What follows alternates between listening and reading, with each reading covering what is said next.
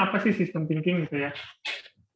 Hari ini juga kita akan ditemani oleh salah satu pemateri kita yang memang sudah expert ya terkait system thinking, sudah biasa ngisi workshop ke beberapa perusahaan besar juga, skala nasional, salah satu trainer system thinking yang dimiliki oleh tim The Local Enablers nih. Kita boleh say hi dulu ke pemateri kita. Halo Kang Irsan. Halo Kang Lutfi, terima kasih nih udah disambut. Gimana kabarnya Kang? Alhamdulillah baik. Kang Lutfi gimana kabarnya? Alhamdulillah baik. Kemarin sempat tepar sih kan. Ya semoga teman-teman semua juga di sini jaga kondisinya ya, dan apalagi di pandemi gini semoga bisa tetap sehat gitu ya, kita melalui pandemi ini dengan baik ke depannya. Ya, sepakat. Jangan lupa teman-teman semua, barangkali yang masih ada di luar, jangan lupa prokesnya ya. Masker jangan kendor. Kalau kendor berarti talinya kencangin. Kalau kendor nanti ke sini kan masker. Oke, kemudian untuk teman-teman yang di rumah, semangat, tetap di rumah aja. Silakan kalau mau keluar, kalau ada hal-hal yang mendesak saja ya. Kalau memang tidak perlu keluar, di rumah aja. Kalaupun terkendala terkait makanan, mungkin bisa sambil order ojek online tuh kan sekarang lagi ramai ojek online yang banyak promonya itu loh. Itu mungkin bisa dimanfaatkan juga gitu ya. Oke, mungkin kembali ke laptop. Hari ini kita akan belajar nih, learning about system thinking with Kang Irsan. Sebenarnya system thinking itu apa ya? Kalau secara bahasa kira-kira bisa nggak ya? Sepotong-sepotong gitu diartikan antar sistem atau thinking. Kemudian kalau bahasa Indonesia apa? Apakah berpikir sistem atau seperti apa? Nanti bakalan dibahas juga nih sama Kang Irsan. Kalau untuk sesi ini, sesi lebih ke pengenalan ya Kang ya? Lebih ke pengenalan. Betul. Kita akan mengenal sih sebenarnya apa sistem thinking dan mungkin pengaruhnya terhadap kehidupan kita ketika kita memiliki skill tersebut ya, atau cara berpikir tersebut. Oke. Ini hari ini kita bakalan sampai workshopnya nih Kang? Kemungkinan enggak sih, karena waktu juga kan terbatas ya, dan sistem thinking ini merupakan yang lumayan perlu waktu untuk dipelajari gitu. Oke, siap Kang. Kang Irsan udah ready?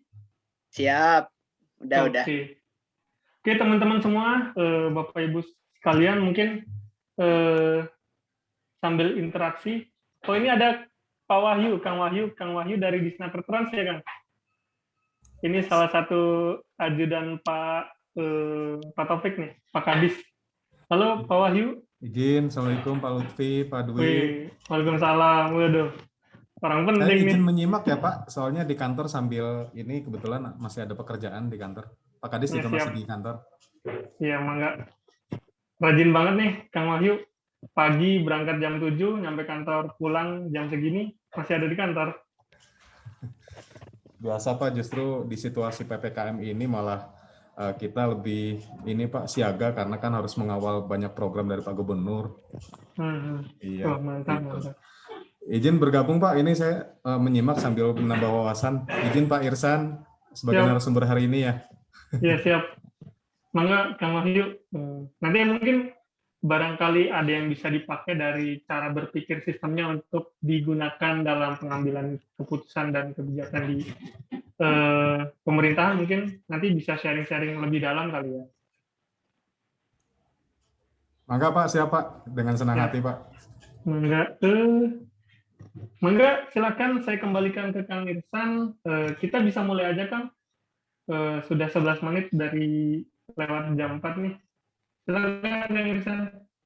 Oke, terima kasih Kang Lutfi buat waktunya. Saya izin share screen dulu ya. Nah, ini teman-teman sudah terlihat belum ya? Dari sini layarnya. Sudah Kang. Sudah ya.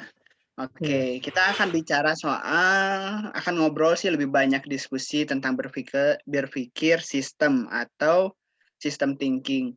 Dan sebenarnya sistem thinking ini juga bisa membuat kita mengerti bagaimana nanti ketika teman-teman ingin melakukan perubahan itu bisa melalui simpul-simpulnya. Nanti akan kita bahas kenapa sih harus lewat simpul-simpulnya. Oke, kita next. Nah, ini kita kenalan dulu mungkin ya.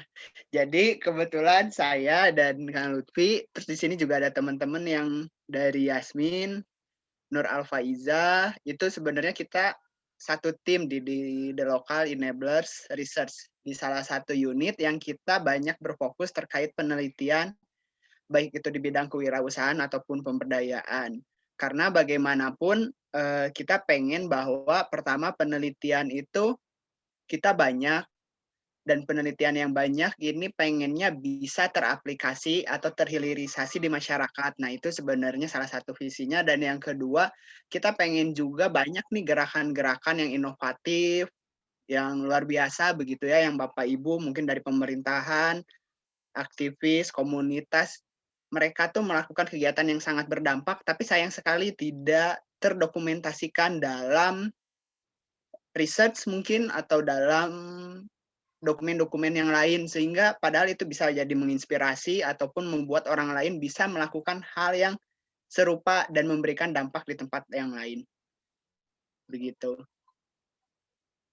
Nah, ini beberapa mungkin kemarin pekerjaan kita. Jadi sebelum ini kita sempat melakukan pemetaan terhadap produk agroindustri di Kabupaten Bandung Barat, begitu. Kita petakan ada produk apa saja, kita buat model pengembangannya harusnya seperti apa, begitu.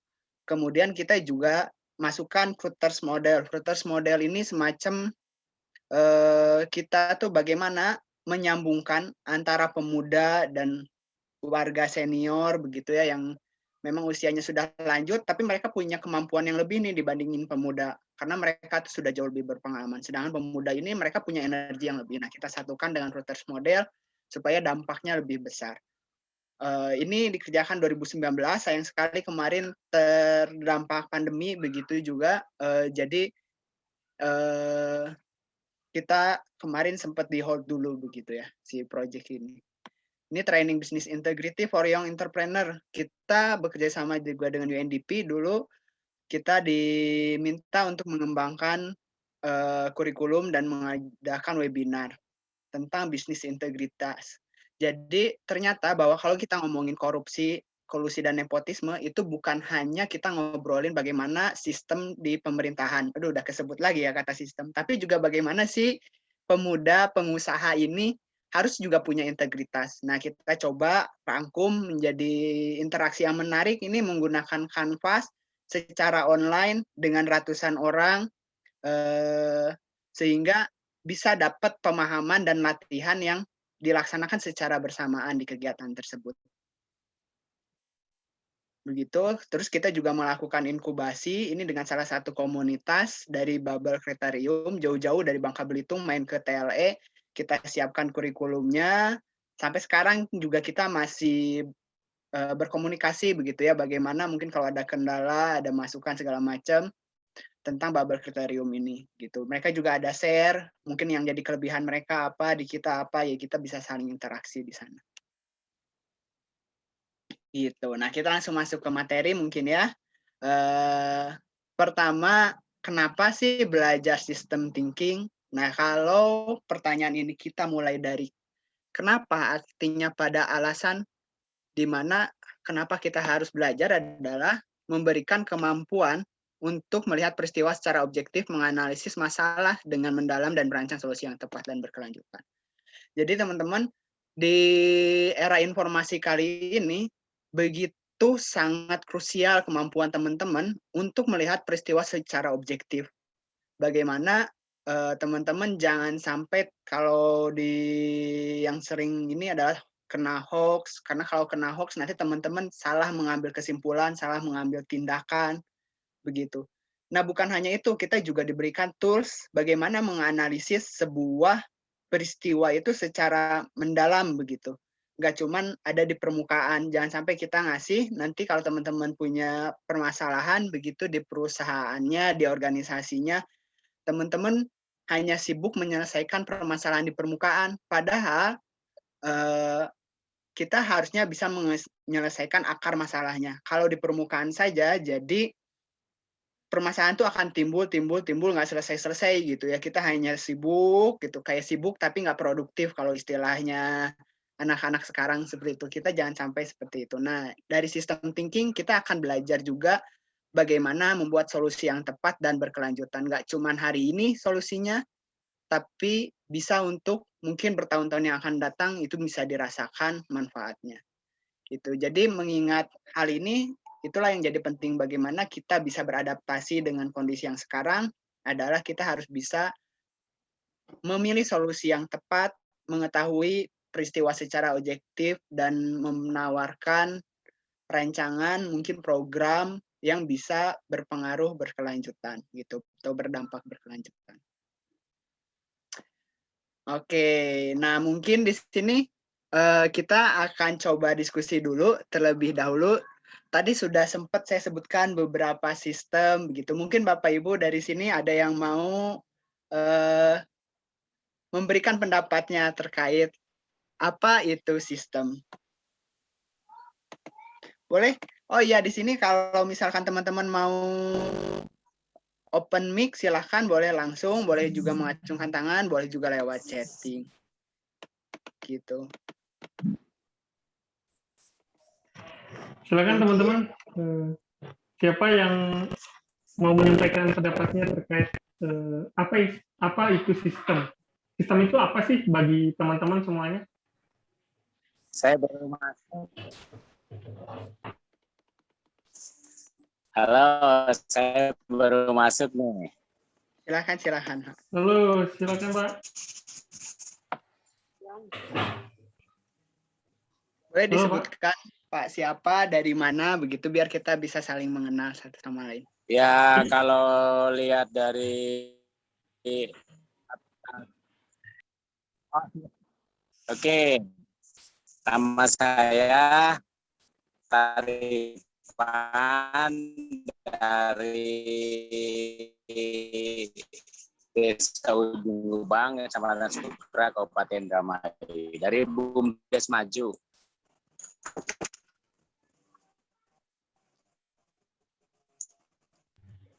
Ya, silakan Pak Taripan dari Indramayu. Boleh minta pendapatnya Pak? Kalau menurut Bapak, sistem itu apa sih Pak?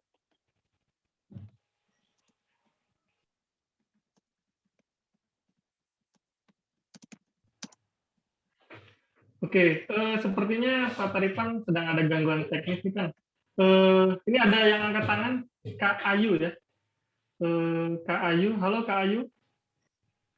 Halo Kak. Halo, boleh cerita sedikit nggak Kak? Kalau menurut Kak Ayu, sistem itu apa sih? Kalau menurut saya, sistem itu kayak bagaimana, kalau diidentikan mungkin lebih ke mesin. Kalau misalnya di mesin ya, itu kan semuanya pasti ada sistemnya, kayak misalnya komputer gitu ya. Nah, itu jadi beberapa bagian di komputer ini yang bisa membuat si komputer ini menyala gitu. Jadi kalau misalnya digeneralisirkan itu kata-katanya mungkin kayak integrasi dari beberapa bagian itu yang membuat sesuatu itu akan berjalan gitu sebagaimana mestinya, kayak gitu sih mungkin ya. Saya juga nggak tahu. Tepuk tangan buat Kak Ayu karena jawabannya sudah hampir mendekati gitu, sudah sangat dekat sekali. Dan sebenarnya udah benar gitu, tinggal kita ini parafrase dari kalau secara resminya biasanya menurut Ludwig adalah sistem adalah sekumpulan unit. Tadi betul sempat sama Kak Ayu juga disebutkan yang berinteraksi, kalau Kak Ayu tadi bilang berintegrasi dengan hubungan tertentu di dalamnya. Nah, biasanya setiap unit juga harus punya satu tujuan yang sama. Jadi benar sekali, pertama sistem itu kalau kita ambil secara luas yaitu sekumpulan unit begitu. Jadi nggak cuma ada satu, bisa ada dua, bisa ada 100, 1000 begitu yang setiap unitnya itu saling berinteraksi. Kalau di mesin motor ada businya, ada rodanya, ada stangnya. Nggak mungkin ya kita bawa motor tapi nggak pakai stang kan ya. Mungkin lagi sirkus gitu. Mr. Bean. Nah, itu juga Mr. Bean. pentingnya si unit-unitnya itu tuh seperti itu. Dan mereka tuh harus punya tujuan mempermudah kita membawa motor tersebut gitu. Atau mungkin nggak ada rodanya gitu, bisa jadi sih kalau masa depan mungkin nggak pakai roda ya si motornya gitu. Jadi intinya si sistem ini punya tujuan, mereka saling berinteraksi untuk membangun tujuannya, dan mereka terdiri dari beberapa unit. Begitu kalau dipersingkat. Nah, oke. Nah, ini contohnya. Ini yang ada di rumah kita sehari-hari, ada dispenser gitu ya. Di dispenser ini kan nggak tiba-tiba ada keluar air panas dan air dingin ya, gitu. Nah, tapi harus ada juga, pertama sumber airnya itu dari galon, kedua ada termostat untuk mengukur suhu, karena nggak mungkin kan kayak si heaternya nyala terus sehingga si air panasnya dia harusnya kita kejar di 100 derajat Celcius misalnya, atau 90 derajat Celcius, ini sampai 100 derajat Celcius, di mana 100 derajat Celcius tuh bukan panas, tapi jadi uap si airnya. Nggak mungkin kan kita pengen di dispenser kita tiba-tiba habis karena airnya menguap begitu. Nah, itulah gunanya dari termostat untuk mengatur suhu panas air yang akan kita konsumsi. Gitu. Ada yang masuk ke air panas, ada yang ke air dingin, sehingga kita bisa menikmati si air tergantung pada suhu yang kita pengenin tadi kan ya. Mau di air yang panas, air dingin. Nah, itulah sistem yang membantu dari dispenser ini. Gitu. Nanti kalau teman-teman ada yang mau ditanyakan, mau didiskusikan, atau bahkan disanggah, diberikan masukan lebih, ditambahkan juga boleh. Silakan langsung open mic, boleh ya. Kemudian atau boleh ngacungkan, boleh di kolom chat juga. Nah, kalau kita sudah mengerti terkait tadi sistem yang tadi, nih pertanyaannya diperluas lagi nih. Sadarkah kita ada di dalam sistem? Nah, mungkin di sini ada yang sadar. Kalau ada yang sadar, boleh disampaikan kayak gimana sih maksudnya bahwa kita ada di dalam sistem dan contohnya seperti apa? Boleh mungkin dari teman-teman di sini.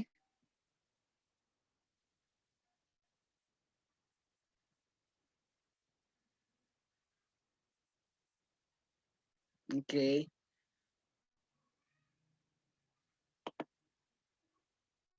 Nah, di sini ada Pak Ahmad Junaidi. Halo Pak Ahmad.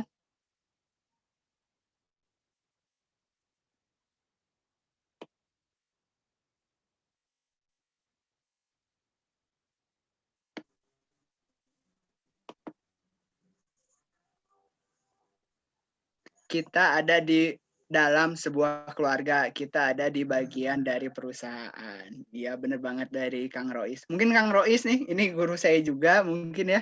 Dari Kang Rois mau sedikit nambahin terkait bagaimana kita ada di dalam sistem. Assalamualaikum Kang Irsan.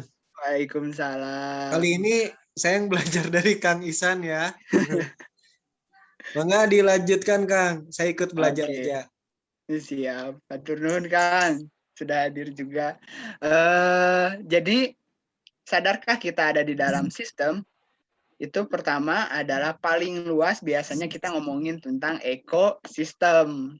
Di dalam katanya aja udah ada sistem ya. Jadi kita berbicara tentang bagaimana kehidupan itu sistemnya seperti apa, mulai dari adanya air, adanya hewan, adanya kalau di sini ada transportasi, agrikultur, vegetarian, karbon dioksida, mulai dari darat nih, mungkin dari bawah tanah, mungkin ada yang dari bakteri, begitu ya, cacing, segala macam, sampai pada cahaya matahari, ini semuanya adalah sistem. Jadi secara natural sebenarnya kita ada di dalam sistem, bagaimana sebuah unit-unit ini saling berinteraksi untuk menjaga kita tetap bisa hidup begitu, tetap bisa menikmati. Kebayang nggak kalau misalkan tiba-tiba pohon-pohonan gitu demo nih, saya nggak mau lagi produksi oksigen lah, udah rugi sama manusia, dibabat terus hutan, saya disakitin, wah berarti bisa jadi manusia punah begitu karena kehabisan oksigen di dunia, bukan hanya karena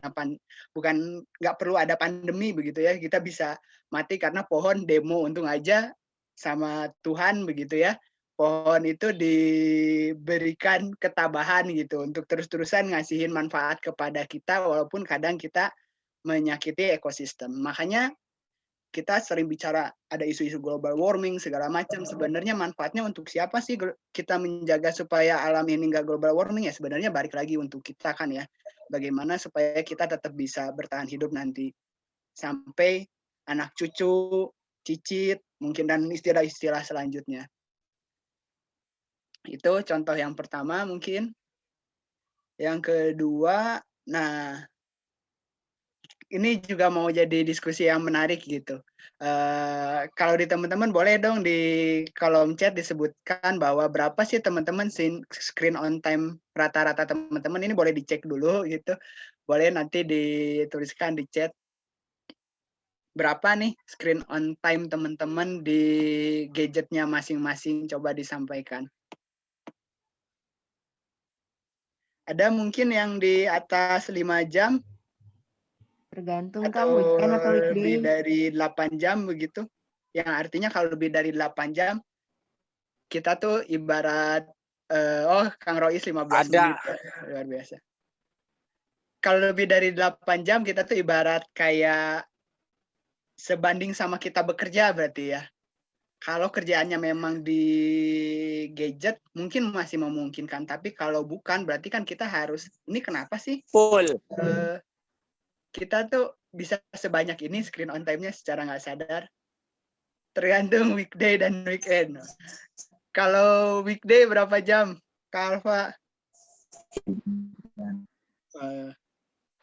Teh putih 2 jaman. Luar biasa. Nah, jadi teman-teman, kalau teman-teman suka nonton film gitu ya, salah satunya bisa dari Netflix, itu ada salah satu dokumentasi namanya The Social Dilemma. Jadi sebenarnya kita si handphone tuh dirancang untuk membuat kita terus-terusan bergantung pada handphone begitu. Bergantung, kita menggunakan handphone secara terus-terusan itu sebenarnya dirancang, nggak terjadi secara alami ya gitu. Jadi kalau misalnya teman-teman ada yang merasa screen on time-nya lama segala macam, itu sebenarnya ada alasan ilmiahnya. Nah, mereka itu membangun sistem bagaimana kita ketika melihat misalnya Instagram, kita melihat yang kita suka, kemudian kita dikasih rekomendasi yang kita suka lagi, sehingga kita mencari lagi yang kita suka, kita dikasih lagi rekomendasi yang mungkin kita sukai terus begitu. Sampai nggak kerasa yang tadinya kita mau buka medsos tuh cuma 10 menit atau setengah jam, akhirnya udah 2 jam, 3 jam gitu. Itu juga bisa jadi mungkin teman-teman pernah merasakan itu, dan itu sebenarnya apa yang terjadi di belakang layar itu ada di sini juga. Nah, yang kedua, nah ini juga mungkin kalau teman-teman yang milenials gitu atau enggak Gen Z, Gen Y itu tahu ada YouTuber Skinny Indonesia begitu. Dia keluar dari YouTube karena merasa bahwa sistemnya sudah tidak lagi menguntungkan bagi tujuan mereka begitu. Yaitu karena tadi sistemnya memberikan apa yang kita sukai bukan apa yang kita butuhkan. Jadi mereka nggak mau tuh ngasih yang penontonnya hanya sukai gitu. Mereka pengen ngasih yang dibutuhkan, dan mereka melihat bahwa YouTube ini bukan lagi platform yang bisa memfasilitasi mereka. Jadi nggak lagi nih ngomongin tentang kualitas, ternyata YouTube lebih mengendorse hal-hal yang orang-orang pengen, yang tren yang belum tentu dilihat baik atau buruknya gitu lewat algoritma dan segala macam. Nah, ini juga bagian sistem bagaimana yang ada di lingkungan kita yang mungkin nggak kita sadari. Tadi selain ada sistem di sebuah perusahaan, di keluarga juga pasti ada sistem. Oke, next. Nah, kemudian lantas kalau memang di sekeliling kita ada sistem, bagaimana sih sistem thinking ini membantu kita? Jadi Di sini kita akan jelaskan juga sih sebagaimana kita tadi bahwa sistem thinking itu kita berpikir secara sistem, kita mengerti bahwa di lingkungan kita ada sistem, maka kita secara sadar gitu. Kan thinking itu dipikirkan ya. Kita secara sadar mengetahui itu. Dan si cara berpikir sistem ini akan membantu kita ke depannya. Contohnya ini mungkin ya. Saya akan coba setel salah satu video mungkin.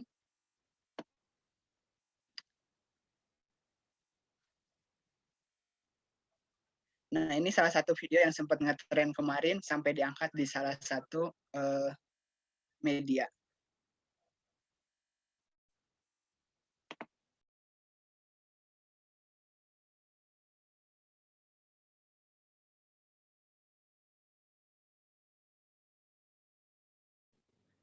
Gambarnya patah-patah ya, Kang?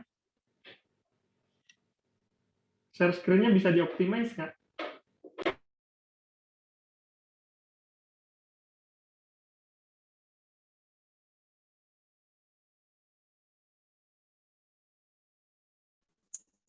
Ada suaranya ya Pak.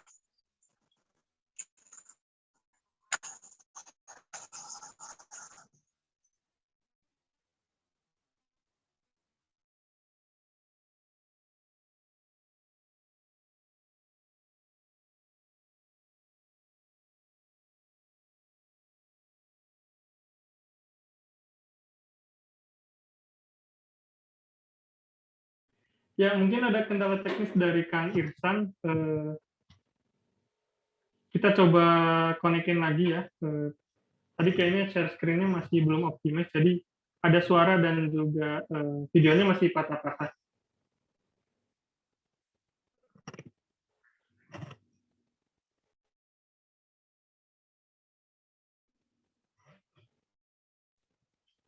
Oke, mungkin teman-teman di sini sambil menunggu Kang Irsan kembali, kira-kira ada yang pernah belajar sistem thinking nggak? Kita pengen tahu nih dari teman-teman semua yang hadir, kira-kira ada yang sudah pernah belajar sistem thinking?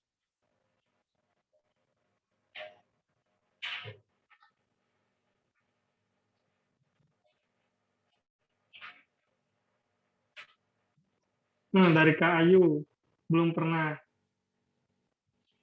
Dari yang lain gimana?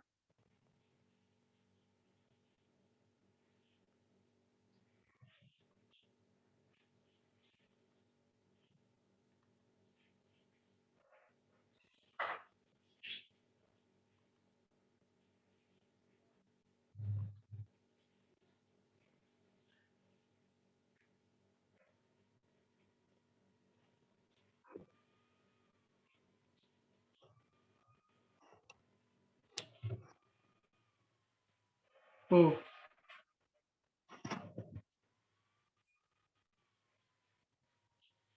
dari Kak Alfa, ini katanya pernah, tapi kayaknya masih kurang mau belajar lagi hari ini. Oh, kalau dari Kak Alfa yang udah dipelajari tentang apa aja nih Kak?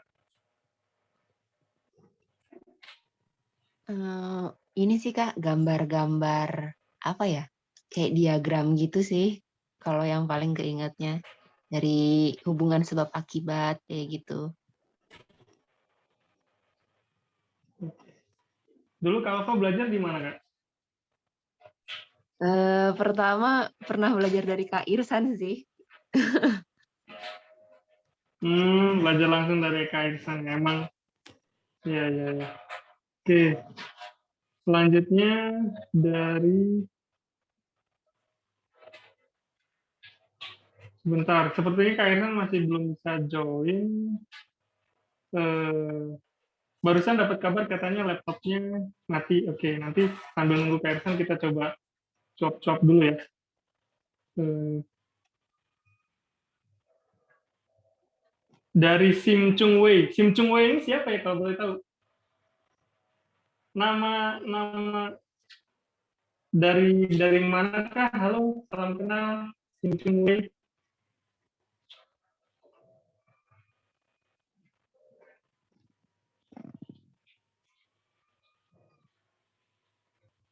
Oke, kayaknya dia lagi ini deh, lagi AFK.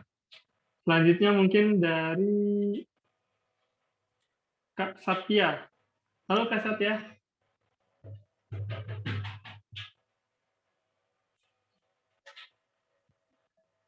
Halo Kak.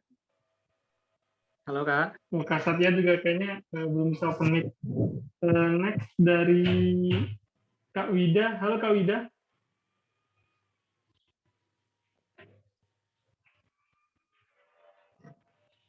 Oh ini Kak Kim Chung Wei.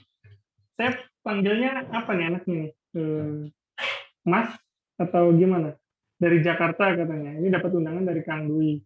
Halo, selamat datang teman-teman dari Jakarta. Tadi juga ada yang ngechat katanya ada Pak Taripan dari Cirebon, kemudian ada Kak Hemi dari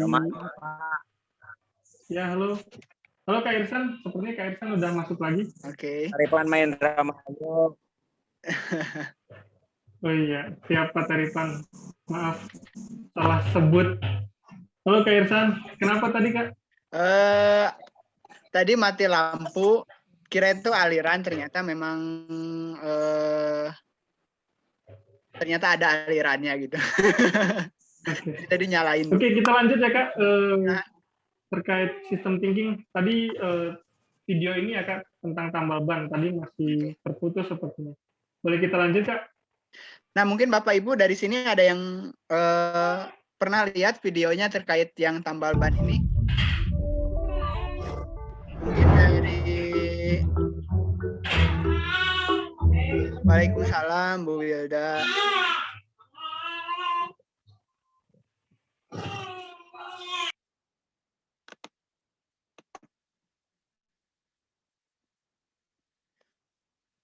Dari Kak Irsan bisa share screen Kak?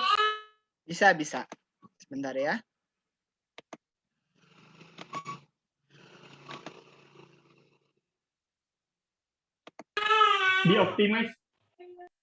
Di optimize. Oke. Optimize for video clip.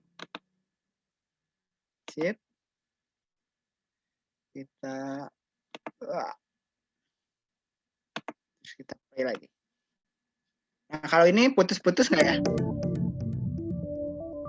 Aman Kak, aman.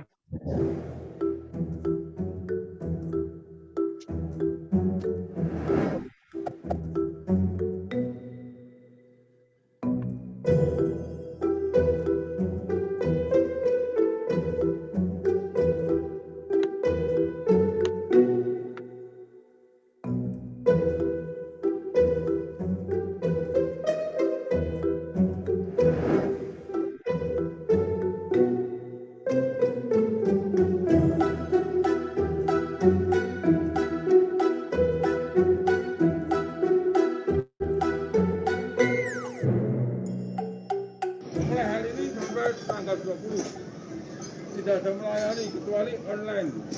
Ya, tambal ban online, Pak. Ya, mulai hari ini sampai tanggal 20. Tidak ada melayani kecuali online. Ya, tambal ban online, Pak. Ya.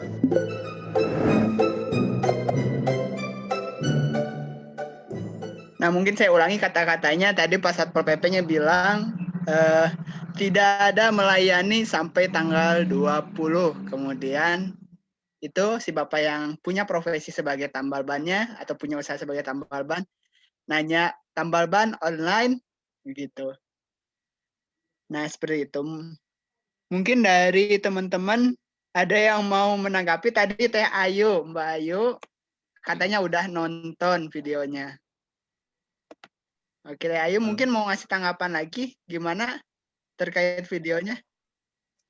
Ya Kak, kalau dari yang tadi berarti mungkin agak-agak nyambung ke sistem thinking-nya mungkin karena si Satpol PP-nya ini nggak bisa melihat, oh kalau dari segi, nggak semua usaha itu loh, nggak semua usaha bisa jadiin online gitu. Jadi untuk pengambilan kebijakan juga jadi nggak tepat gitu kalau misalnya nggak lihat secara sistemik itu mungkin.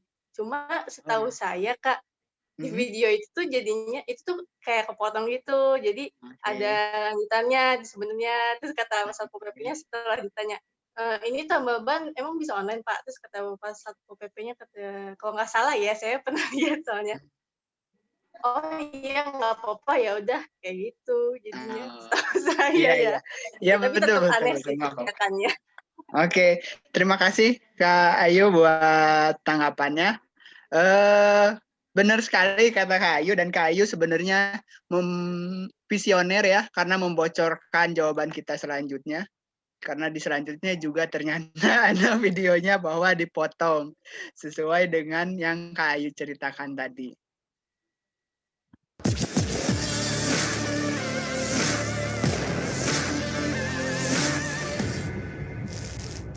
Mulai hari ini sampai tanggal 20 tidak ada melayani kecuali online.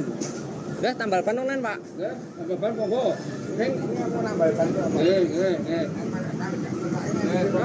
Pakai masker ini Pak nggih. Siap, Nah, itu video lengkapnya ya. Jadi ternyata si bapaknya setelah ditanyanya tambal ban online ya, monggo gitu. Jadi benar sekali kata Kak Ayu. Nah, ini apa sih kaitannya dengan system thinking? Selanjutnya, pertama adalah Bapak Ibu dengan sistem thinking tadi, sebenarnya yang pertama harus kita lihat adalah kita harus coba menghilangkan harus coba mencari sudut pandang yang bisa lebih melihat realita begitu. Kita harus melihat sesuatu itu berdasarkan realitanya, jangan setengah-setengah kayak tadi dipotong gitu. Kalau dipotong, kesimpulannya jadi keliru. Kayak tadi kita bisa jadi menilai peristiwa itu ya harusnya semua orang nggak semua usaha diperlakukan sama kayak gitu. Padahal memang itu benar-benar yang sedang dilakukan oleh Satpol PP-nya gitu. Orang-orang udah banyak yang ngebully Satpol PP-nya dan segala macam, dicaci maki, dikata-katain gitu ya di kolom komen, dan banyak yang bikin status juga soal memes terkait tambal ban online ini juga banyak banget. Padahal peristiwa yang sebenarnya itu yang mereka tonton itu nggak lengkap gitu. Jadi, nah ibaratnya kalau di sini tuh kayak kalau pakai kamera HP yang filternya luar biasa begitu ya, untuk kita lihat secara realitasnya, coba dimatikan dulu filternya, coba kita hilangkan dulu asumsinya, kita lihat si realitasnya secara lengkap dulu, begitu, tahan dulu emosi dan segala macamnya, tahan jempol yang pengen berkomentar supaya kita bisa ngelihat sesuatu itu secara lebih clear gitu. Nah, tadi pertama kita melihat realitas, kedua itu kita bisa melihat secara komprehensif. Jadi harus dilihat dulu sampai tamat dulu sih videonya gitu. Atau kalau mungkin ada info orang-orang yang di sana, kita harus lihat dulu info dari orang-orang yang di sana. Ketika ngasih solusi, dengan kita melihat secara realitas dan sistemnya kayak gimana, kita bisa jadi orang yang lebih solutif, yang menyelesaikan permasalahan bukan hanya jangka pendek, tapi juga jangka panjangnya. Jangan sampai teman-teman bikin solusi nih buat organisasinya, menjadi solusi jangka pendek, tapi ternyata ketika dijalani gitu jangka panjangnya justru jadi merugikan teman-teman. Karena bisnis kan biasanya screen-nya kita... macet ya? Oh iya? Iya, Kalau screen-nya masih di video yang tadi, Kak. Oke. Coba saya share screen ulang ya. Stop share screen.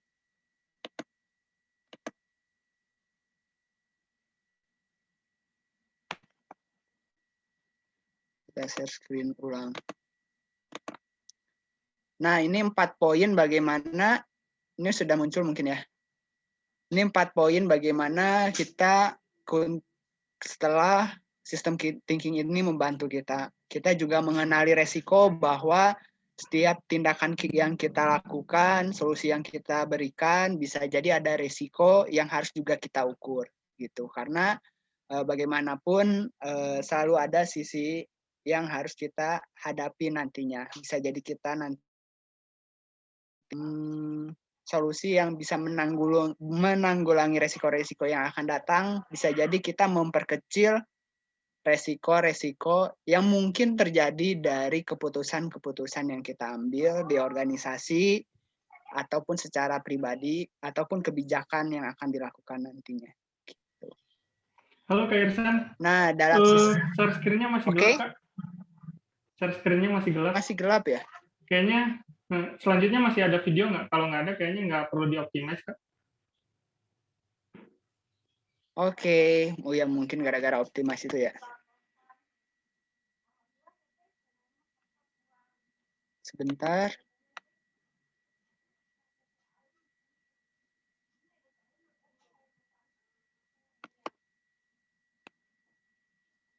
Stop share. Halo? Ya, stop share dulu, Kak. Masih gelap. Iya. Ini masih loading di sininya. Kita masih nunggu. Oke, mungkin sambil nunggu teknisnya diperbaiki, ini ada yang nanya nih, Kak. Dari Kak Gita. Boleh minta penjelasan, Kak, sistem thinking itu apa sih? Karena saya baru join Zoom katanya. Oke. Jadi sistem thinking ini adalah sebuah metode berpikir bagaimana kita melihat sesuatu itu secara sistemik gitu. Nah, sistem itu seperti apa? Tadi kita jelaskan bahwa sistem itu adalah sekelompok unit yang saling berinteraksi dan memiliki tujuan tertentu gitu. Secara singkatnya itu, dan kita tuh sebetulnya terlibat di dalam sistem dan mungkin kita juga bisa menggunakan cara berpikir sistem ini untuk menyelesaikan masalah-masalah yang ada di organisasi. Bisa jadi kita bikin sistem yang bisa menguntungkan organisasi kita, begitu ya. Atau sistem yang mendukung kita menuju tujuan kita. Contohnya tadi ketika kita bicara soal media sosial itu dirancang supaya dia bisa membantu perusahaan media sosialnya tersebut memperoleh tujuannya. Tujuannya adalah supaya media sosial itu mendapat perhatian kita sebanyak-banyaknya, sehingga perhatian kita bisa dikonversi oleh dia menjadi iklan yang akan menjadi keuntungan buat si perusahaannya tersebut. Gitu. Jadi media sosial tersebut membuat sistem sebenarnya supaya kita bisa tertarik terus kepada aplikasi yang mereka buat, dari kita tertarik terus dengan aplikasi yang mereka buat. Nah, kalau ini gimana, Kang Lutfi? Sudah? Sudah. Aman. Sudah. Oke, aman ya. Sip. Begitu. Sip. Oke. Jadi sebetulnya tadi sistem ini bisa kita buat juga sebenarnya untuk mendukung tujuan kita. Kalau kita berkeluarga, misalnya kita pengen punya anak yang soleh, maka kita bisa menciptakan sistem di keluarga kita sendiri, bagaimana supaya anak ini mungkin dekat dengan Al-Quran, dekat dengan cerita-cerita Rasul, cerita sahabat, begitu. Sehingga dia akan terbentuk nantinya menjadi anak yang soleh, begitu. Begitu juga mungkin di agama yang lain, ataupun ketika kita punya tujuan yang lain di keluarga, di perusahaan, ataupun di instansi teman-teman. Gitu. Nah, di dalam berpikir sistem, tadi kita yang pertama harus penting sebelum kita memberikan solusi, begitu ya, sebelum kita memberikan tanggapan dan segala macam, adalah di bagian atas event, bagaimana ini terkait peristiwa, bagaimana kita nanti mengerti event itu secara realitasnya seperti apa gitu. Dan kita juga nanti akan belajar bagaimana ada loh tools untuk memberikan kita pemahaman yang sama walaupun kita punya background yang berbeda-beda terhadap melihat sebuah peristiwa gitu. Yang kedua di sini ada pattern of behavior. Jadi tentang bagaimana kita melihat sebuah kejadian itu apakah berulang atau enggak. Terakhir ketiga ada tentang bagaimana si struktur yang ada di lingkungan tersebut mungkin mempengaruhi peristiwa tersebut atau tidak, dan terakhir terkait mental model.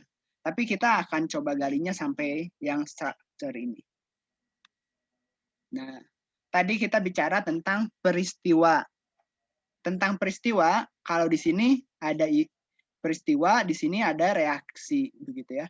Di sini bagaimana kita melihat peristiwa itu secara objektif, kita sebenarnya bisa memanfaatkan data.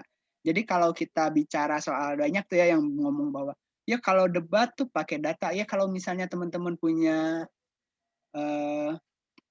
argumentasi tuh harusnya bisa dikuatkan oleh data. Nah, si data ini sebenarnya membantu kita melihat sebuah peristiwa secara objektif.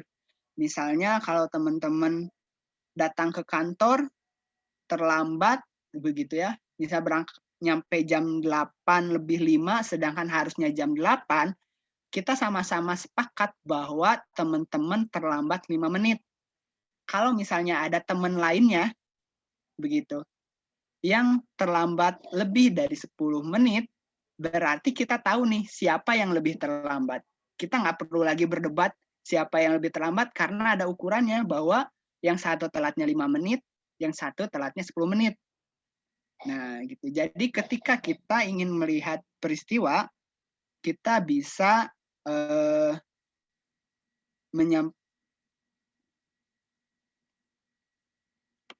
kita bisa membicarakannya secara melalui data, begitu, supaya semua punya pandangan yang sama dalam melihat peristiwa tersebut dan seberapa parah kejadian itu, gitu.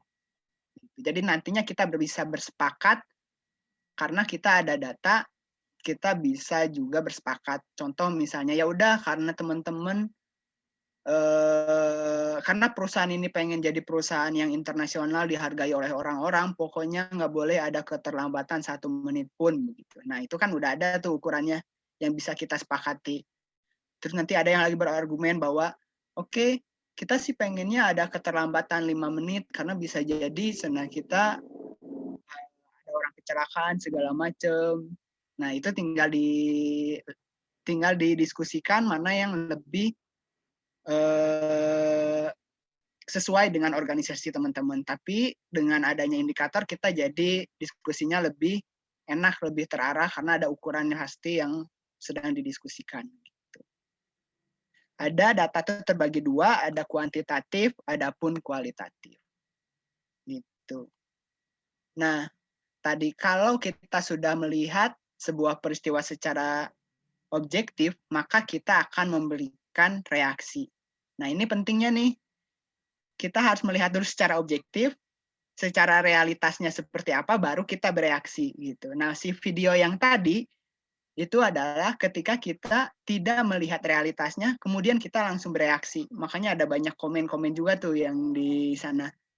Dan itu tuh bahkan dilakukan oleh sebuah TV nasional. Nah, nggak tahu sih nanti TV nasionalnya ketika buat video ini apakah meminta maaf tuh kepada Satpol PP yang videonya di play di TV nasional atau enggak. Nah, kan jadi panjang urusannya, misalnya Satpol PP-nya nanti dia ngaju ke Dewan Jurnalis, nah jadi lebih panjang lagi kan sebenarnya apa yang mungkin akan terjadi dan mungkin jadi merugikan kita, perusahaan kita, dan semuanya. Gitu. Jadi teman-teman ketika teman-teman melihat peristiwa, lihat secara realitasnya, kalau memang itu peristiwa yang cukup penting, bisa dicari indikator yang mungkin melengkapi peristiwa tersebut dan baru kita kasih reaksi. Gitu. Itu. Yang kedua, di dalam sistem thinking, setelah kita melihat dari peristiwanya seperti apa, kita menentukan indikatornya, kita bicara soal pattern of behavior, tentang bagaimana sih kita bisa melihat kejadian ini, apakah dia berulang, apakah dia terjadi kondisi yang makin sini makin parah begitu, ataukah sebenarnya ini tren yang sedang membaik begitu. Nah, ketika teman-teman belajar ini, maka kalau misalnya ada sebuah tren yang lagi makin sini makin membaik, maka teman-teman bisa melihat itu sebagai peluang begitu. peluang itu artinya kan bisa jadi belum ada, tapi ke depannya akan ada. Nah, kalau teman-teman lihat pattern-nya gitu, teman-teman bisa mendapatkan peluang-peluang yang mungkin orang lain nggak lihat. Makanya itu disebut pattern ini diperlihatkan ada di bawah air. Jadi kita harus nyelum dulu nih ke dalam airnya, baru kita tahu bahwa oh ternyata di masa yang akan datang itu akan terjadi ini, maka saya harus melakukan ini supaya saya bisa punya peluang gitu. Atau bisa jadi sebaliknya, ketika ada sebuah tren yang memburuk di organisasi kita, gitu, maka kita bisa melakukan antisipasi supaya si tren ini nggak jadi terus memburuk dan jadi masalah yang lebih besar lagi ke depannya. Gitu. Jadi teman-teman, nih bisa kita lihat yang pertama kalau peristiwa itu kita bereaksi si solusinya. Kalau kita bisa lebih dalam nih melihat sebuah peristiwa tersebut, melihat pattern-nya, melihat bagaimana kejadian ini di masa lampau dan apa yang akan terjadi di masa depan, maka teman-teman bisa mengupgrade diri, mengupgrade solusi menjadi antisipasi. Jadi masalah itu jangan sampai terjadi dulu begitu. Bisa jadi teman-teman antisipasi dari awal. Oke, nah ini contohnya bagaimana kita membuat BOT. Ini ada tentang world population, tentang bagaimana dari 1950 sampai 2050 yang belum terjadi ada 9 billion orang. Nah ini bisa kita prediksikan sebenarnya trennya seperti apa. Nah nanti kalau teman-teman ikut pelatihan system thinking, kita juga sebenarnya ngadain workshop system thinking tadi indikator, itu nanti akan dibagi bagaimana cara menentukan indikator. Nah ini BOT juga ada caranya sebenarnya bagaimana kita melihat tren, bagaimana kita nanti mencoba membuat visi. Kalau misalnya ini adalah tren yang buruk karena banyaknya orang, maka bagaimana kita membuat tren ini melandai begitu. Jadi jumlah orang di dunia masih bisa terkontrol itu seperti apa. Nah itu juga bisa dilakukan. Nah, ini juga ada sebuah peristiwa menarik nih. Bisa dipakai buat trading saham. Ya, bisa sekali begitu ya. Sebenarnya apa yang dilakukan di trading saham itu tuh adalah hal-hal juga ada kan yang ada yang analisis teknikal. Analisis teknikal itu biasanya analisis yang memang dia jangka pendek untuk berinvestasi, beli sekarang misalnya tahun depan udah langsung jual, atau beli sekarang bulan depan udah jual. Itu kan ada juga yang kayak gitu. Ada juga analisisnya macam-macam kan. Ada yang memang dia pengen invest sekarang 20 tahun lagi akan dijual. Nah itu juga akan beda-beda. Nah kemampuan dianalisis saham dan di sini memang hampir serupa juga sih nanti ketika memahami si grafiknya gitu. Walaupun memang biasanya itu perlu pendalaman sendiri di bidang statistikannya. Nah ini ada gajah merusak rumah yang dibangun oleh pemerintah. Mungkin teman-teman boleh ada yang mau sedikit menyampaikan solusinya apa sih kalau misalnya ada peristiwa gajah yang merusak rumah yang dibangun oleh pemerintah. Silahkan mungkin. Silakan, mungkin teman-teman barangkali ada yang ingin menyampaikan pendapatnya. Dari gambar di atas nih, kira-kira apa solusi yang dipikirkan oleh teman-teman? Boleh ketik di kolom chat atau boleh juga open mic. Kita sambil ngobrol aja. Silakan. Halo, silahkan. Dengan siapa ini? Ya, saya Haikal, Kang. Oh, dari Haikal, silakan. Nggak open cam soalnya di luar. Iya, saya Haikal dari Surabaya. Yang kalau soal yang foto ini memang solusinya perumahannya yang dipindah gitu kan.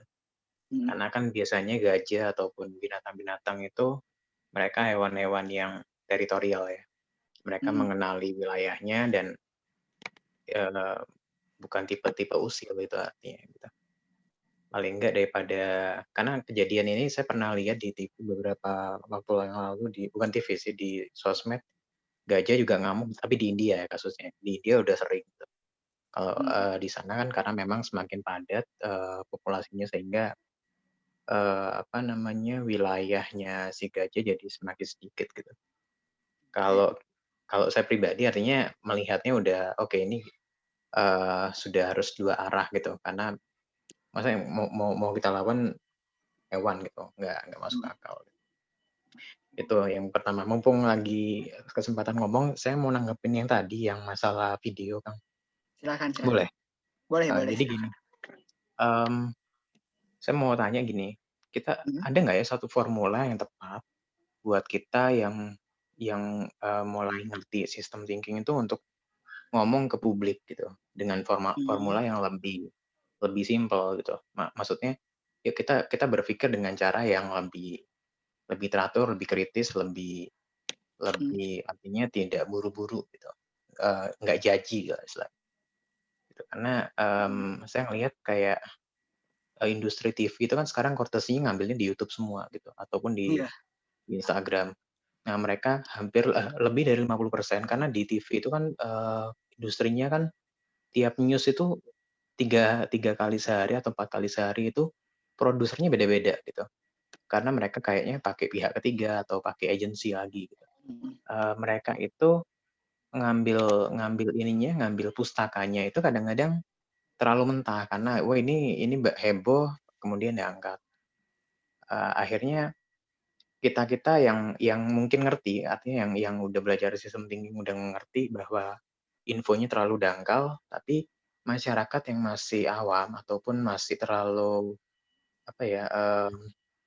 kurang kritis itu mencerna itu gitu. Akhirnya sistemnya jadi efek domino. Komen-komen nggak perlu ataupun nanti ujung-ujungnya minta maaf atau ujung-ujungnya saling tuntut gitu.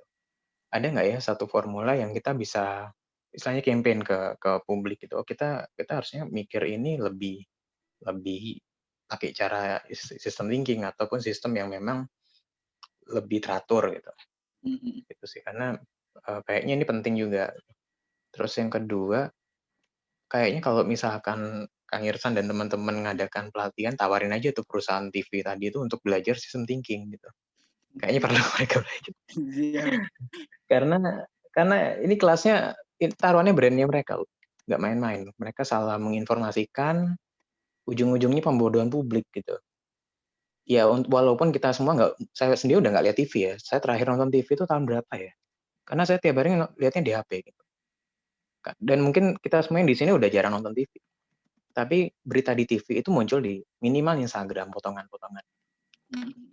Jadi contohnya sih kayak gitu. Itu aja sih, Kang. Thank you ya. Oke, terima kasih Haikal dari Surabaya.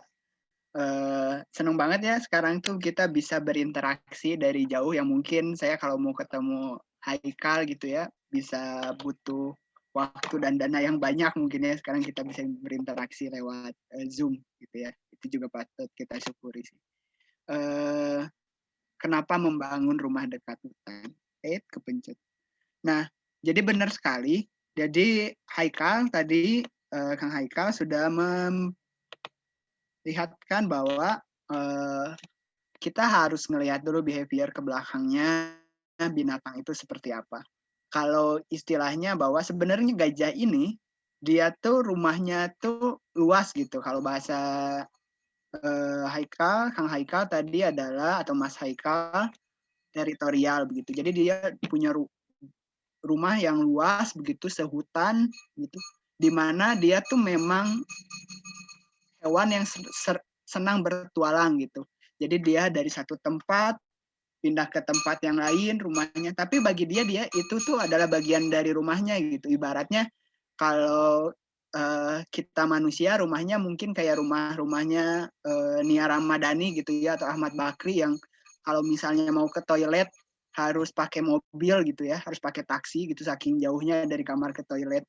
Nah gitu, dan ketika dia balik ke tempat wilayah yang sebenarnya bagi dia itu adalah bagian dari rumahnya, dan tiba-tiba ada orang-orang bangunan-bangunan yang nggak dia kenal, ya pasti berarti dia bingung gitu ya. Ini bangunan siapa? Ini barang-barang siapa? Yang kalau mungkin ada di manusia kita juga nggak akan terima ya. Ketika dulu Indonesia dijajah sama Belanda kan kita juga berprotes gitu. Masalahnya si gajah ini nggak bisa ngomong ke manusia, ini rumah saya gitu, atau ke PBB gitu mengajukan tuntutan ke pengadilan, itu nggak bisa gitu. Jadi memang harusnya manusia yang menyesuaikan dengan peristiwa tersebut. Mungkin manusianya ketemu gajah dulu begitu ya, terus ditawar dulu harga tanahnya gitu, terus itu. Nah intinya memang harusnya manusia yang menyesuaikan, jangan sampai kita tuh melakukan sesuatu yang sebenarnya sudah pasti itu akan dilewati oleh gajah dan dihancurkan gitu. Nah gitu gimana caranya ya? Mungkin kalau dari saya sih sekarang belum ada solusi yang pasti. Yang pasti memang harus manusianya yang menyesuaikan gitu dengan kondisi tersebut. Karena peristiwa ini juga nggak cuma soal gajah, ada juga soal misalnya ada orang bangun rumah di area yang sebenarnya itu daerah aliran air ketika debit air atau ketika musim hujan turun. Kalau mungkin itu kayak di kota-kota yang sekarang udah ratusan tahun dan memang susah digimanain lagi ya, berarti memang udah terjadi seperti itu begitu. Tapi kalau misalnya dia bikin wilayah baru lagi di area seperti itu kemudian banjir, berarti yang salah tuh bukan banjirnya, tapi sebenarnya kita yang nggak mengantisipasi peristiwa itu karena kita membangun rumah-rumah di area aliran air yang mungkin sekarang itu kering, tapi ketika musim hujan atau ketika hujannya parah begitu, itu akan tergenang oleh air. Gitu. Nah, itu juga bagaimana kita harusnya mengantisipasi ada di sana. Yang kedua, tadi pertanyaan Haikal menarik sekali terkait bagaimana sih harusnya kita menyelesaikan peristiwa terkait orang-orang yang tidak atau bereaksi tidak sebagaimana mestinya. Kemudian ada TV juga yang sekarang sumbernya banyak dari media sosial, yang mereka juga nggak melakukan liputan atau sistem jurnalis yang bagus sehingga seringkali memposting hal-hal yang keliru gitu ya, atau menampilkan hal-hal yang keliru. Kalau bagi saya sih sebenarnya saya pernah dengar adalah bahwa kita tuh bisa cari solusi yang cepat, tapi kalau mau cari solusi yang benar, pasti memang susah untuk dikerjakan. Kayak misalnya, cara paling praktis mungkin kalau misalnya pemerintah bikin, sebagai posisi pemerintah bikin kebijakan bahwa jurnalis atau televisi yang menayangkan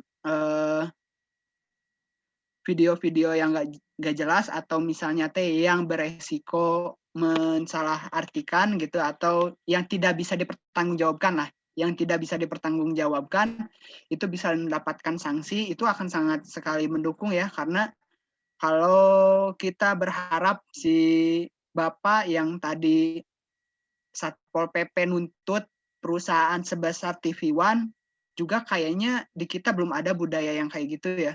Kalau di Amerika mungkin banyak tuh orang-orang biasa yang menuntut perusahaan karena merasa dirugikan dan bisa menang begitu. Kalau di kita nuntut TV One atau perusahaan lain gitu ya, kita malah dituntut balik nanti pencemaran nama baik. Jadi memang dari sistemnya itu juga yang pertama itu ya. Yang kedua, kalau emang nggak mudah begitu ya, tapi memang kita harus ngekomunikasiin sih sebagai orang-orang yang punya privilege terhadap pendidikan yang lebih baik, ya kita harus mengkomunikasikan. Memang bakal lelah, tapi ya itu memang hal yang harus dilakukan gitu, sambil kita menunggu bahwa pendidikan di Indonesia bisa jadi lebih baik lagi. Karena ujung-ujungnya memang masalah media, masalah informasi itu kan balik ke literasi ya, atau balik ke mental model yang paling bawah, bahwa kita tuh sebenarnya ketika melihat peristiwa, kalau di mental model ya, konsepnya mental model, kalau kita melihat sebuah peristiwa, sebenarnya ada dua hal. Kita sudah punya informasi dan asumsi terlebih dahulu, sehingga kita menilai peristiwa itu berbeda dengan orang lain menilai peristiwa tersebut. Itu kan banyak hal ya, itu tergantung pada mental modelnya.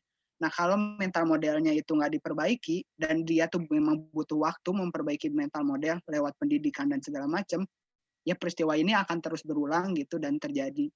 Gitu sih. Dan kalau saya sih belum ada jujur formula yang ringkas gitu untuk menyelesaikan itu, karena percaya bahwa ini itu memang masalah yang kompleks, maka solusinya juga harusnya diambil dari berbagai stakeholder dan di beberapa titik gitu. Jadi memang harus dioptimalkan bareng-bareng sih.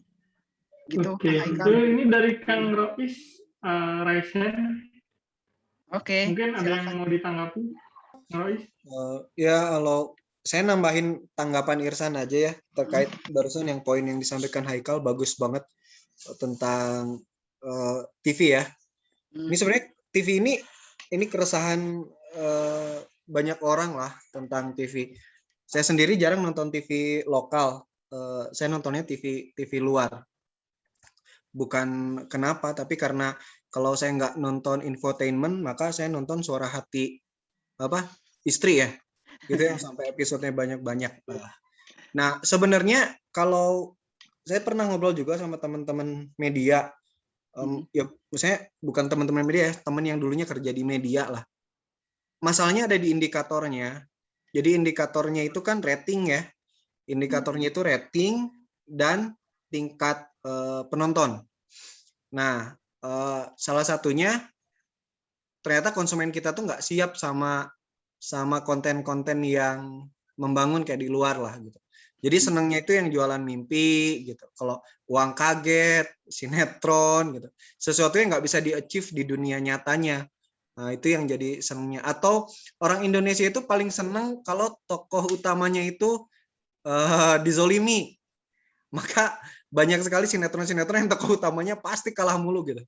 Kalah mulu terus sampai sinetronnya berseri-seri. Nah, kalau kita sedikit bergeser ke arah sistem thinking, kita melihat ke berbagai sisi, sebenarnya salah satu yang bisa kita lakukan itu kita bom konten sih sebenarnya. Kita ngebom konten aja. Nah, ini kan harus dilakukan bersama-sama ya. Ada parameternya, ada segala macamnya.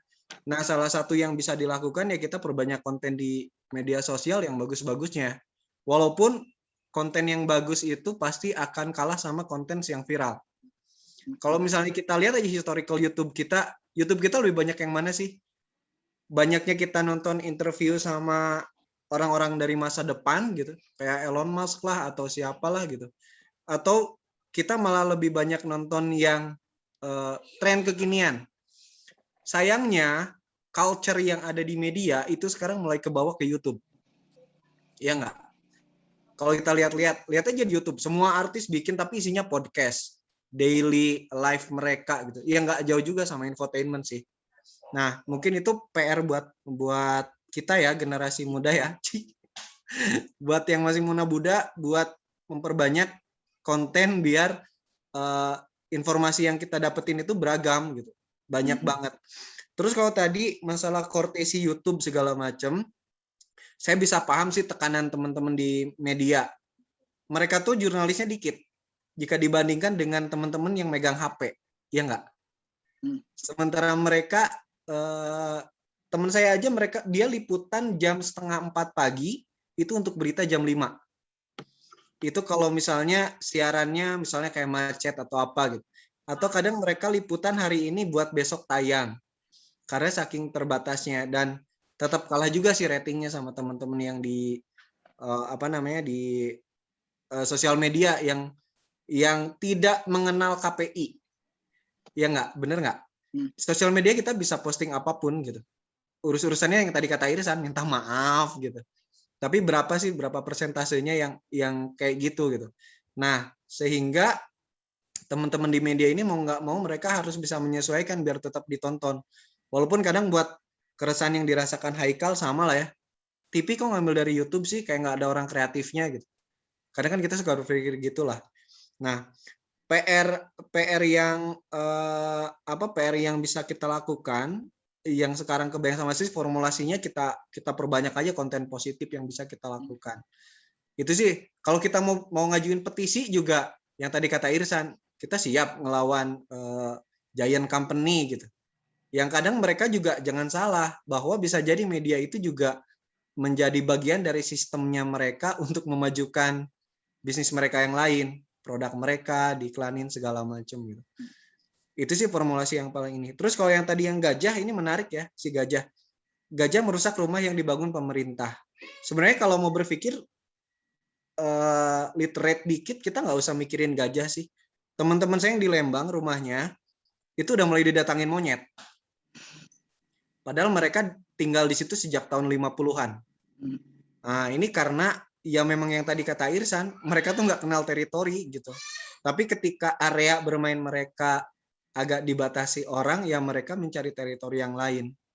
Nah, itu juga teman saya juga mikir kemarin, sempat nanya juga, adakah solusi atau bukan solusi ya, adakah inovasi yang bisa kita lakukan agar monyet tidak menyerang rumah mereka tanpa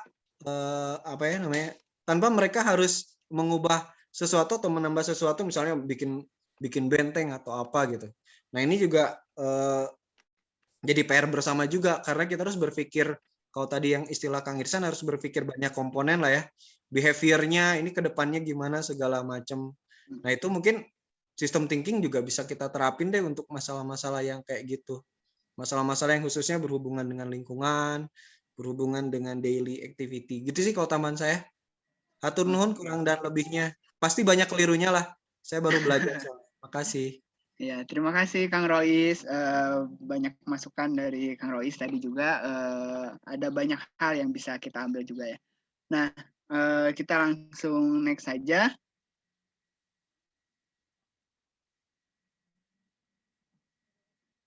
Nah, terakhir tadi bicara soal, tadi baru tentang behavior aja. Kemudian kita juga harus bicara tentang bagaimana sebenarnya sistem ini membangun sebuah struktur yang bisa jadi peristiwa A, peristiwa B, peristiwa C, begitu ya, itu saling berkaitan. Kalau istilahnya mah tadi di sistem tuh unit A, unit B, unit C, itu saling berkaitan. Maka kalau unit A rusak, unit B ikut rusak, begitu ya. Kalau misalnya motor, businya rusak, motornya jadi nggak nyala. Atau misalnya mesinnya nih, mesin motornya cc-nya dibesarin, maka si motornya jadi lebih kencang, begitu ya. Semuanya jadi lebih kencang. Itu. Jadi memang kalau di dalam sistem itu kita nanti harus memperhatikan mana titik-titik yang bisa kita intervensi. Gitu. Dan kalau kita udah masuk ke struktur, maka solusi kita adalah desain. Jadi bagaimana kita bisa mendesain sistem atau bagaimana kita mendesain sebuah solusi yang bisa mempengaruhi sistem tersebut seperti apa. Nah, itu lebih dalam lagi di sana. Contoh, jadi untuk mendesain itu salah satu yang harus kita buat adalah membangun permodelan sistem menggunakan CLD, Causal Loop Diagram. Jadi ini kalau kita bicara soal kemacetan, solusi yang biasa kita berikan adalah mungkin yang paling mudah terpikirkan adalah ketika jumlah kemacetannya meningkat, maka ada kebutuhan jalan bebas hambatan yang meningkat. Ini mungkin kalau dilihat dari latar belakangnya ini di perkotaan gitu. Jadi kalau misalnya kita mau dari titik A ke titik B udah ada jalannya nih, tapi kita pengen lebih cepat, maka harusnya ditambah jalan bebas hambatan yang biasanya. Maka semakin banyak pembangunan jalan bebas hambatan, maka semakin di daerah tersebut, contoh di Jakarta, semakin banyak panjang jalannya. Ini salah satu contoh CLD. Jadi nanti kalau misalkan teman-teman belajar sistem thinking bareng di TLE yang lebih mendalam, kita akan mendalami bagaimana kita bikin workshop terkait CLD ini juga. Nah, ternyata kalau kita perhatikan lebih jauh lagi, semakin banyak jalan, ternyata membuat orang-orang semakin minat menggunakan kendaraan pribadi, semakin minat kendaraan pribadi, jumlah kendaraan di jalan meningkat. Gitu. Contohnya, kalau saya sih kan di Bandung ya.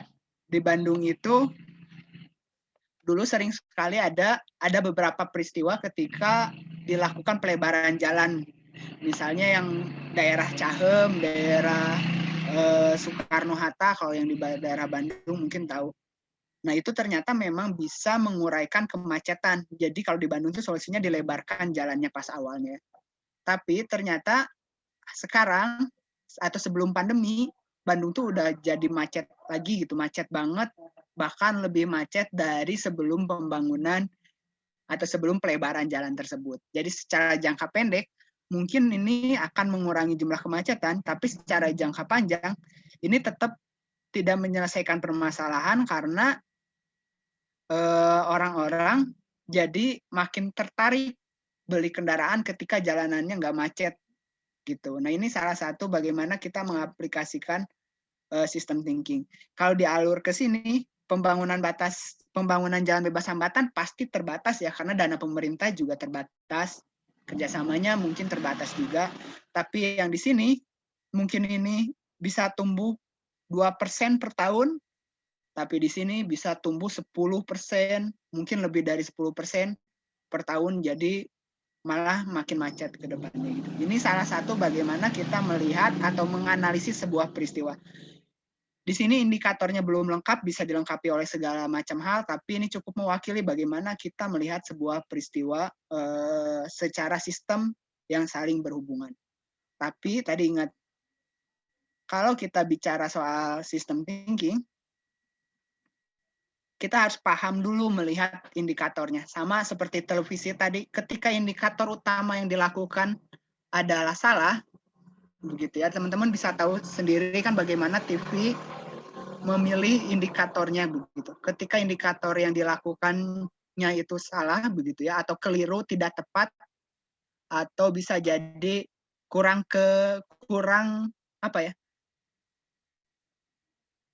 membuat TV itu bisa beradaptasi terhadap masa depan gitu. Jadi dia yang dipikirkan adalah rating gitu. Maka dia menciptakan behavior yang mungkin kita juga kurang sukai. Jadi kayak jadi bola setan gitu ya. Orang Indonesia ada yang memang dia terbatas secara pendidikan, mengkonsumsi informasi, konten yang kurang mendidik, akhirnya berputar, jadi ibaratnya jadi bola api begitu ya, atau ya lingkaran setan lah yang justru makin memperburuk keadaan, kemudian membuat struktur juga makin buruk. Nah gitu. Jadi ya memang yang pertama harus kita pahami tadi, pertama kita harus bisa melihat sesuatu secara objektif, kedua kita harus lihat pattern-nya, ketiga baru strukturnya. Jangan sampai kita tuh loncat langsung ke sini, kita terjebak sekarang tuh banyak teori-teori konspirasi yang ada, mungkin ada yang ada benernya, ada yang memang salah, benar-benar salah gitu. Karena kita nggak memahami dulu bagian atasnya sini, melihatnya dulu dengan indikator-indikator yang objektif, akhirnya kita melihat teori-teori tersebut benar dan kita salah mengambil kesimpulan gitu. Nggak semua teori konspirasi mungkin salah ya, bisa ada yang benar, tapi ada juga yang memang sangat keliru dan berbahaya ketika kita mempercayai hal tersebut. Gitu. Nah, terakhir ini di leverage point ada titik ungkit simpul perubahan. Leverage point adalah titik ungkit di mana sebuah unit dari sistem yang jika diintervensi mampu memberikan dampak yang besar pada sistem. Memang ketika kita belajar leverage point, baiknya kita belajar CLD, nanti di sini kita bisa tahu mana sih yang jadi bagian leverage point, mana yang bukan begitu. Nah, ini kita ambil studi kasus aja dulu ya. Mungkin teman-teman kalau ada mau pendapat, silakan. Pemerintah ingin memberikan edukasi mengenai perbaikan gizi pada sebuah kecamatan dengan jumlah keluarga 1.000 keluarga, 6.000 warga, dan tersebar pada menjadi 4 kelurahan. Bagaimanakah cara terbaik untuk memberikan edukasi kepada warga mengenai perbaikan gizi? Silakan mungkin teman-teman kalau ada inovasi terkait bagaimana sih mau menyampaikan edukasi yang baik kepada sebuah komunitas di kecamatan begitu. Mungkin ada yang mau menyampaikan? Silakan mungkin teman-teman 1-2 pendapat kali ya. Kita tampung, kira-kira ada nggak nih solusi untuk dari studi kasus di atas?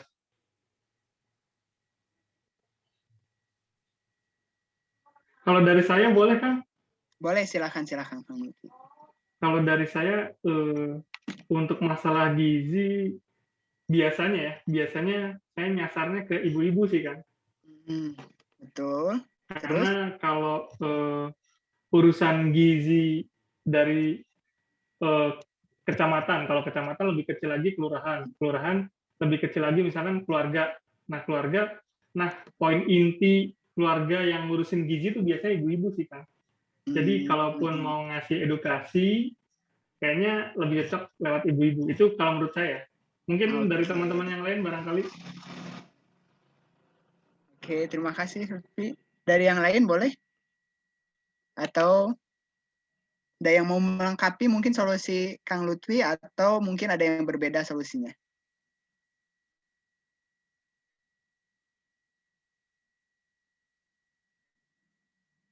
Oke. Nah, boleh. Sebenarnya solusi Kang Lutfi sudah bagus sekali. Nah, tadi simpul-simpul perubahan itu tuh artinya bahwa kita harus melihat titik-titik mana yang paling berpengaruh pada tujuan kita. Kalau kita bicara keluarga, kan kita bisa aja yang mengedukasi 6.000 warga termasuk bayi-bayinya gitu ya, dipanggil semua ke kecamatan begitu sebagian. Tentu pasti akan menghasilkan biaya yang sangat besar ya, mengundang 6.000 orang gitu. Tapi berbeda, nah itu dari Kang Rois, deketin ibu-ibu dan kerjasama dengan tukang sayur. Nah tadi, ya itu solusi ya selanjutnya ya. Jadi dari 1.000 mungkin bisa jadi ke ibu-ibu, kalau ke keluarga jadi cuma ada 1.000 ibu-ibu. Kemudian tadi solusi Kang Rois juga lebih keren lagi gitu. Karena ibu-ibu sering ngumpulnya pagi-pagi di tukang sayur gitu ya. Ada sayur yang keliling, mungkin ada yang juga kios di dekat rumahnya. Kalau kita bisa membuat tukang sayur ini, ya mungkin yang Kang Rois memiliki minat atau mau mengedukasi ibu-ibu yang ada di sana, maka bisa jadi pengaruhnya akan lebih besar. Kenapa? Karena dia bisa mengedukasi secara berulang, bisa jadi tiap hari begitu, ngasih tahu, Bu, ini loh protein tuh bagusnya untuk A, B, C, D, sayur ini bagusnya untuk apa, sayur toge misalnya, sayur atau telur, daging, ayam, kalau darah tinggi segala macam. Kalau semua tukang sayur mungkin kita bisa latih, kita kasih intensif, mungkin harga yang kita keluarkan untuk mengedukasi 1.000 keluarga tersebut bisa jadi jauh lebih murah dibanding kita mengundang 1.000 ibu-ibu ke kecamatan, kemudian kita kasih training 5 kali, misalnya berarti ada 5 kali kegiatan dikali 1.000, untuk konsumsinya aja berapa, belum untuk ganti uang mereka meninggalkan rumah begitu ya, itu akan mahal sekali. Benar sekali dari Kang Rois, terima kasih masukannya, akan bisa jadi mungkin lebih efektif melalui tukang sayur atau tukang sayur keliling yang jadi simpul dari ibu-ibu. Nah itu salah satu contoh bagaimana ketika kita melihat sebuah peristiwa dari behavior-nya, kemudian struktur di lingkungannya ada apa aja yang mungkin nanti bisa mendukung suksesnya tujuan dari program kita gitu. Itu mungkin salah satu contoh dari leverage point. Untuk tools-tools seperti apa yang menarik, sebenarnya nanti kita bisa adain lagi workshopnya karena waktu ini kurang banyak begitu ya untuk sampai workshop dan praktek. Teman-teman bisa ngehubungin saya juga untuk berdiskusi di Irsan, ini ada nomor kontaknya, atau di Instagram @firmansyahirsan, atau bisa lewat email kita research@thelocalenablers atau IG TLE Research @TLE Research. Atau teman-teman kalau misalnya punya ide untuk kolaborasi dengan TLE setelah melihat Instagramnya, setelah melihat program ataupun workshop, bisa langsung ke bit.ly/kolaborasi bersama TLE. Di sana ada form, teman-teman mau apa, nanti kita akan kontak balik kepada teman-teman. Gitu paling, mohon maaf kalau di saya ada yang salah. Kalau misalkan teman-teman ada yang mau ditanyakan, silakan mungkin ya. Saya balikin lagi aja ke Kang Lutfi, silakan. Kalau masih ada waktu boleh tanya jawab, kalau enggak ya udah berarti. Oke, terima kasih banyak. Oke, terima kasih banyak Kang Irsan. Tadi studi kasusnya ngena banget ya. Sampai kok kepikiran gitu sampai ke tukang sayur. Iya juga sih kalau misalkan kita edukasi semua warga ada 6.000, effortnya terlalu besar. Kemudian kalau kita coba kecilkan ke level keluarga, berarti ada 1.000 keluarga, masih terlalu besar juga effortnya. Kemudian cari nih simpul-simpul lain. Kira-kira siapa yang jadi agen yang bisa jadi edukator ke tiap keluarga. Nah itu cocok banget sih tadi ke tukang sayur. Apalagi kalau tukang sayur itu kan ketemunya tiap hari ya, jadi ngedukasinya pun setiap hari. Kalau cuma ngundang ibu-ibu ke kecamatan, cuma sekali dua kali kayaknya bubar.